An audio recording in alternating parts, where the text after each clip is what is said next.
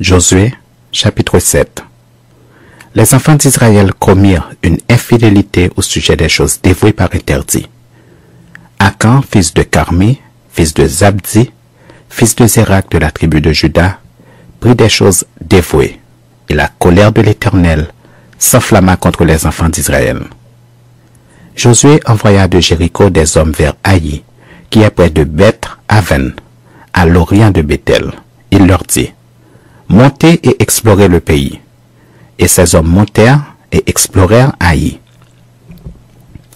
Ils revinrent auprès de Josué et lui dirent: Il est inutile de faire marcher tout le peuple. 2 ou 3 000 hommes suffiront pour battre Haï. Ne donne pas cette fatigue à tout le peuple, car ils sont en petit nombre. 3 000 hommes environ se mirent en marche, mais ils prirent la fuite devant les gens d'Haï. Les gens d'Haï leur tuèrent environ 36 hommes.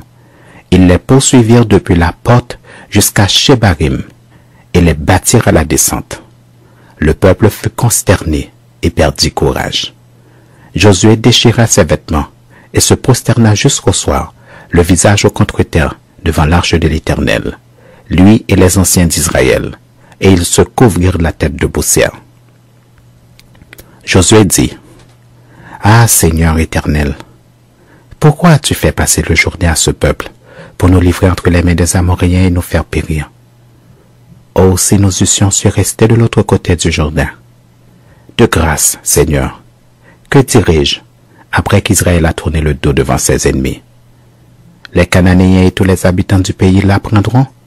Ils nous envelopperont et ils feront disparaître notre nom de la terre. Et que feras-tu pour ton grand nom? L'Éternel dit à Josué: Lève-toi. Pourquoi restes-tu ainsi couché sur ton visage? Israël a péché. Ils ont transgressé mon alliance que je leur ai prescrite.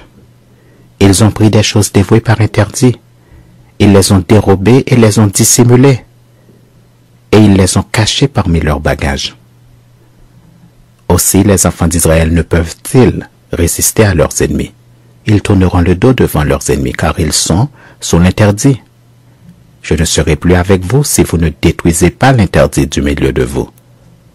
Lève-toi, sanctifie le peuple. Tu diras: sanctifiez-vous pour demain, car ainsi parle l'Éternel, le Dieu d'Israël.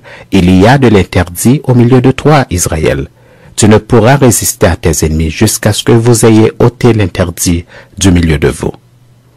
Vous vous approcherez le matin selon vos tribus, et la tribu que désignera l'Éternel s'approchera par famille, et la famille que désignera l'Éternel s'approchera par maison, et la maison que désignera l'Éternel s'approchera par homme. Celui qui sera désigné comme ayant pris de ce qui était dévoué par interdit sera brûlé au feu, lui et tout ce qui lui appartient, pour avoir transgressé l'alliance de l'Éternel et commis une infamie en Israël. Josué se leva de bon matin, et il fit approcher Israël selon ses tribus, et la tribu de Juda fut désignée. Il fit approcher les familles de Juda, et la famille de Zérak fut désignée. Il fit approcher la famille de Zérak par maison, et Zabdi fut désigné. Il fit approcher la maison de Zabdi par homme, et Akan, fils de Carmi, fils de Zabdi, fils de Zérak de la tribu de Juda, fut désigné. Josué dit à Akan: Mon fils, donne gloire à l'Éternel, le Dieu d'Israël, et rends-lui hommage. Dis-moi donc ce que tu as fait, ne le cache point. Akan répondit à Josué et dit: Il est vrai que j'ai péché contre l'Éternel, le Dieu d'Israël. Et voici ce que j'ai fait.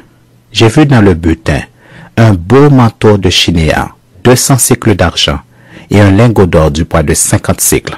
Je les ai convoités et je les ai pris. Ils sont cachés dans la terre au milieu de ma tente, et l'argent est dessous.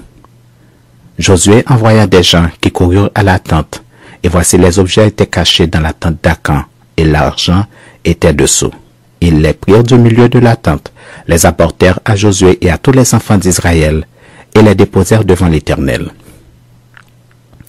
Josué et tout Israël avec lui prirent Akan, chef de Zérak, l'argent, le manteau, le lingot d'or, les fils et les filles d'Akan, ses bœufs, ses ânes, ses brebis, sa tente et tout ce qui lui appartenait. Et ils les firent monter dans la vallée d'Achor. Josué dit, « Pourquoi nous as-tu troublés? L'Éternel te troublera aujourd'hui. » Et tout Israël le lapida. On les brûla au feu, on les lapida. Et l'on éleva sur Akan un grand monceau de pierre qui subsiste encore aujourd'hui. Et l'Éternel revint de l'ardeur de sa colère. C'est à cause de cet événement qu'on a donné jusqu'à ce jour à ce lieu le nom de Vallée d'Achor.